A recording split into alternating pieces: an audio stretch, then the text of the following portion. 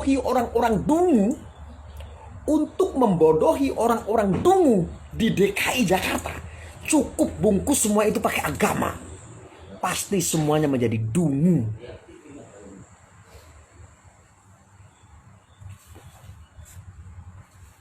Tapi kamu tidak berpikir Ahok melawan arus. Kita membutuhkan seorang pemimpin yang berani melawan arus. Karena kita semua tahu arus korupsi, arus tikus birokrasi itu sudah mengakar dari dulu sampai sekarang. Kalau tidak ada yang melawan arus itu, kalau tidak ada yang keluar dari zona nyaman itu, mau negerimu ini mau jadi apa? Mau jadi udeng-udeng, teblek lincung.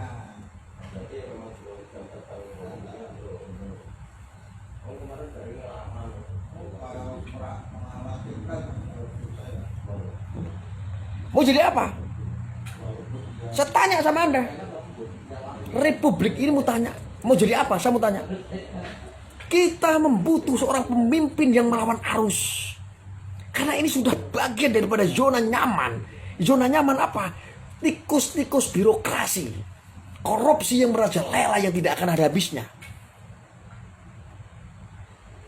Bagaimana KPK mau menangkapin orang-orang yang korupsi? Jika di lingkaran itu sudah menjadi asas korupsi. 10 orang korupsi, 1 orang tidak korupsi.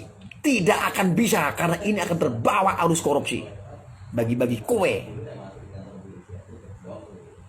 Kita butuh seorang pemimpin yang berani melawan arus.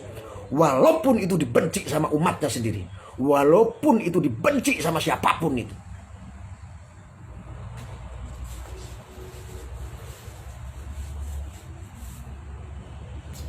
Sekarang kamu bisa jawab apa? Kamu tidak bisa jawab apa-apa. Apakah orang-orang yang bersorban itu bisa menutup diskotik? Apakah orang yang suka tukbar takbir itu menutup Kalijodo, tempat pelacuran terbesar? Tempat transaksi narkoba, sabu-sabu, putau, Inex. Apakah bisa menutup itu? Yang menutup tempat pelacuran itu hanya si kafir. Yang kamu bilang kafir, yang kata kamu bilang itu menistakan agama.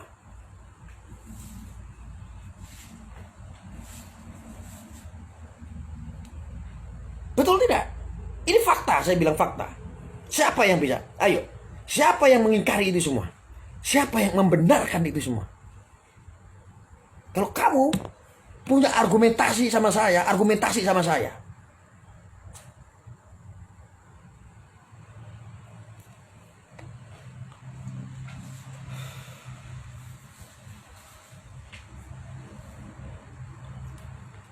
Ini bukan masalah dia Islam, dia Nasrani, dia Cina, di Indonesia. Kalau kamu bilang dia orang Cina, berarti betapa bodohnya kamu. Betapa dungunya kalian. Bagaimana kalian katakan itu orang Cina? KTP-nya Indonesia. Lahir di Indonesia. Itulah butanya mata kalian. Buta mata, buta hati. Kamu tidak bisa membedakan antara orang sipit orang Indonesia dengan orang sipit Cina atau Tiongkok. Nggak bisa kalian membedakan itu. Kamu tidak bisa membedakan antara orang yang benar-benar kerja dengan orang yang hanya memanfaatkan jabatan pekerjaannya. Ini fakta yang terjadi adalah di pemerintahan Ahok saat menjabat menjadi gubernur, tidak ada jam kerja itu molor. Kecuali kalau ada oknum-oknum pegawai ASN, pegawai Pemda yang berbuat seperti itu kena sidak, tanggung resikonya. Makanya semua disiplin. Semua bekerja. Oknum-oknum yang tadinya uang itu dihambur-hamburkan masuk ke kantong pribadi. Dari proyek segala macam yang ada di Pemkot ataupun di Pemda DKI, semuanya bisa rapi tertata dengan baik. Yang tadinya anggaran sekian triliun hanya dipakai anggaran 0,5 triliun. Masuk dana-dana masuk dari aset APBD DKI masuknya sangat luar biasa. Akhirnya bisa mensupport untuk pembangunan, untuk membangun Jakarta yang begitu mewah, yang sungguh megah. Dan dari mana? Mengumpulkan hutang. Hutang yang mana?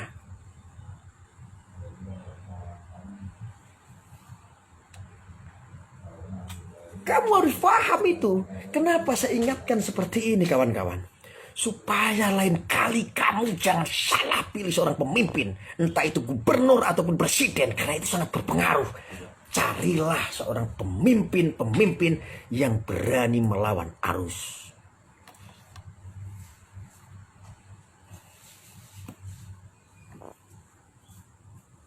Ini tidak lepas. Betapa dahsyatnya serangan-serangan ini akhirnya merujuk ke Jokowi. Jokowi disepak sana, disepak sini oleh tikus-tikus birokrasi, oleh orang-orang company yang mengatasnamakan senior lah, pejabat lah, jenderal lah. Intervensi datang ke sana kemari, kepentingannya dikunci semua oleh Jokowi. Jokowi dimusuhin di mana-mana. Jokowi sudah berusaha untuk melawan arus sampai detik ini. Semua berbalik begitu saja. Tuhan yang menggerakkan semua, Allah yang menggerakkan semua. Kalian pikir Jokowi adalah pantat Cina? Kau hina-hina kalau Jokowi presidenmu sendiri kau pikir penjilat Cina, penjilat Tiongkok katanya. Ngemis-ngemis sama Tiongkok. Apa yang terjadi sekarang? Natuna, permasalahan Natuna membukakan kepada mata dunia, kepada matamu sendiri, bahwa Jokowi tidak pernah main-main. Siap berperang dengan Cina hanya demi Natuna. Bayangkan, hanya demi Natuna yang sebesar korek. Hanya demi Natuna. Bagaimana kalau seandainya pulau yang lebih besar, Sumatera, Kalimantan, ataupun Pulau Jawa yang direbut oleh Cina? Itu hanya kecil masalah Natuna. Dipertahankan agar tidak lepas dari kedaulatan negara kesatuan Republik Indonesia. Ingat, di pemerintahan sebelum-sebelumnya, setiap pemerintahan pasti lepas satu pulau. Beberapa pulau pasti lepas. Hanya di era Jokowi kedaulatan ini terjaga dengan baik. Flashback. Ayo flashback dulu. Benar tidak? Faktanya begitu tidak? Jangan lantas kalian itu terlalu kritis, Allah belum kasih rizki yang lebih buat kamu. Akhirnya kamu kritis, kamu membenci presidenmu, kamu salahkan ini, salahkan itu, sampai sendal jepit hilang pun kamu nyalin Jokowi. Kenapa bisa seperti itu? Bisa karena di DKI Jakarta maupun di luar DKI Jakarta, jika sudah didoktrin dengan orang-orang yang membungkus semua itu pakai agama, maka kalian disulap menjadi orang dungu.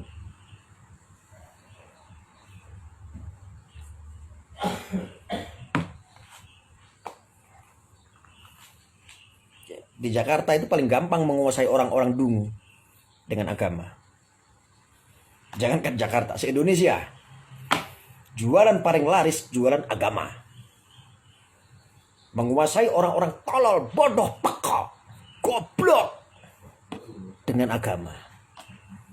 Sayang sekali, kalian yang mengaku-ngaku punya agama tidak menjaga marwah agama itu. Malah kalian bertepuk tangan. Ayo, aku dukung, takbir. Kau pikir saya berbicara begini? Kamu fitnah-fitnah lagi? Arya itu kafir, Arya itu dajjal, segala macam. Ngaji kamu sama saya. Inilah cara saya membela, menjaga. Saya punya agama, menjaga marwah saya punya agama. Karena selalu saya punya agama ditelanjangi oleh mereka-mereka yang selalu mempolitisi agama. Bajingan-bajingan itu. Ngomong kebenaran, ngomong sedikit kebenaran, pada takut kalian itu. Memang berbicara kebenaran tuh gak ada yang enak, pasti dimusuhin. Karena kita berusaha melawan arus.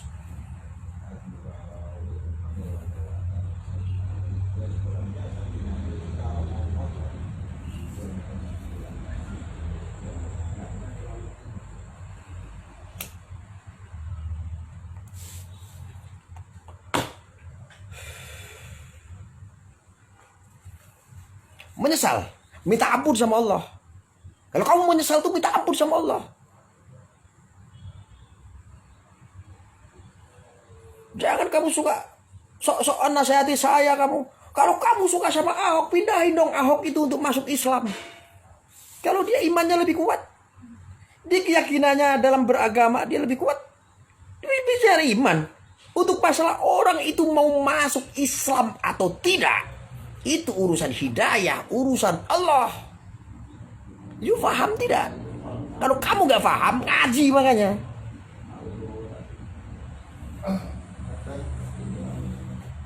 Mana yang kata kamu itu orang-orang yang pakai agamis, yang katanya pinter sekali, yang katanya suka mempolitisi agama. Mana bisa bicara tidak sekarang?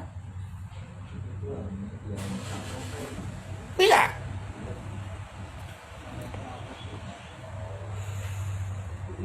Masa sih ya kamu bilang katanya ada 11 juta orang di Monas pakai baju putih semua. Kenapa doanya tidak mustajab? Kenapa Allah tidak mengabulkan dari doa 11 juta manusia? Ini kan sangat aneh. Pikirkan lagi makanya. Masa kalah sama doa tiga manusia anak yatim piatu? Berdoa 11 juta orang, katanya mereka jihad niatnya. Allah faham itu kalau kamu sedang mempolitisi agama. Allah faham bahwa kamu ancam-ancam Allah. Ini alam, ini semesta. Sekarang bumi sedang marah sama kalian. Bukan Allah yang marah, itu baru alam yang marah. Karena kalian sudah berusaha untuk membuat kerusakan-kerusakan dalam bumi. Bacot banget tanpa ilmu, kata si Ago. Kalau kamu mau adu ilmu, ketemu sama saya.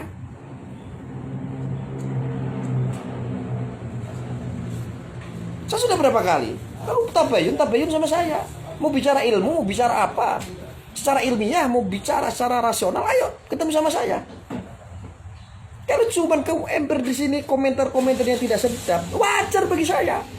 Dan saya tidak tanggapi itu. Karena apa? Saya itu masa bodoh. Di mana ada orang yang nyinyir, di mana orang itu bukan orang yang sangat berpengaruh dalam kehidupan saya. Masa bodoh. Saya punya prinsip ini. Saya akan abaikan siapapun jika itu manusia tidak berguna buat bangsa dan negara.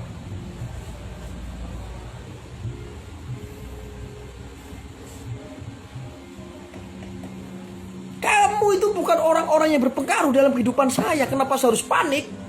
Dan saya sudah niat, bismillah, bahwa saya melawan arus, membuat narasi-narasi untuk membukakan logika Anda. Karena logika Anda sudah ditutupi dengan apa? Dengan agama. Agama palsu, bukan agama Islam yang kau anut. Hanya pengakuanmu aja Islam.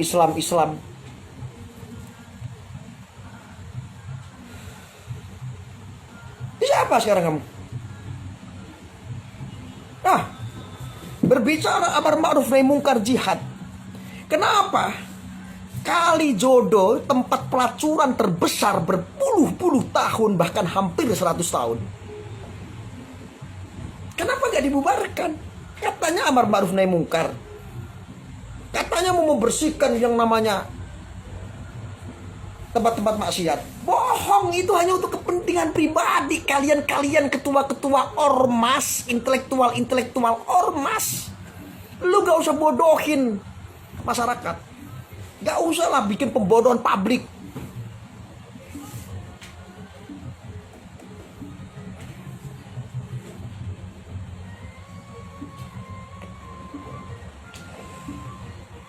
Itulah faktanya.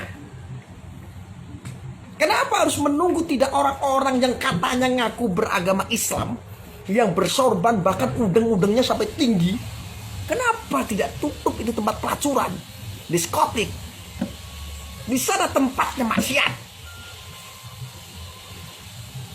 Kenapa yang nutup Kalijodo saja malah orang kafir, yang kalian anggap kafir? Apa nggak malu? Malu mukamu. Saya aja malu sebagai orang Islam. Itu artinya apa? Artinya Anda semua intelektual yang mengatasnamakan ormas Islam sedang mempolitisi agama.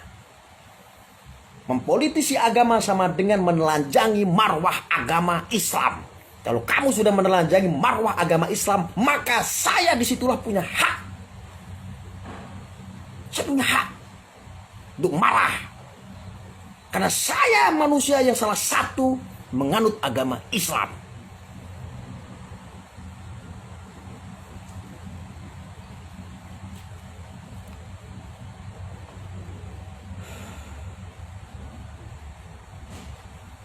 Aku orang cerdas, ngaku orang pinter, ngaku orang beragama, semuanya idiot. Milih seorang pemimpin aja nggak bisa mengkaji dia itu benar apa tidak. Kamu memilih hanya karena ikut-ikutan. Kamu memilih hanya karena mengidolakan, tapi tidak menilai dari asas dia punya kapasitas. Kamu tidak bisa menilai apa keahliannya.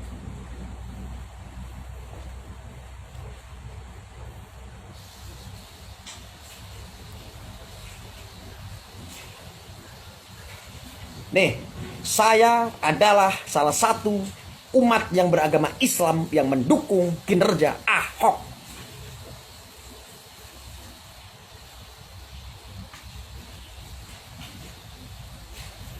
Abah saya setiap hari berdiskusi tentang agama. Abah saya yang setiap hari membicarakan tentang agama, mengamalkan tentang agama, berbicara tentang agama pun mendukung Ahok.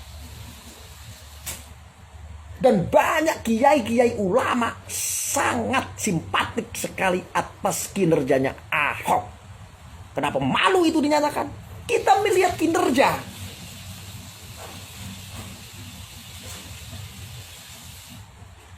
Bukan melihat agama. Urusan insan sama Allah. Agama yang menyelamatkanmu. Dunia ataupun akhirat. Itu urusan insan sama Allah. Bukan urusan birokrasi.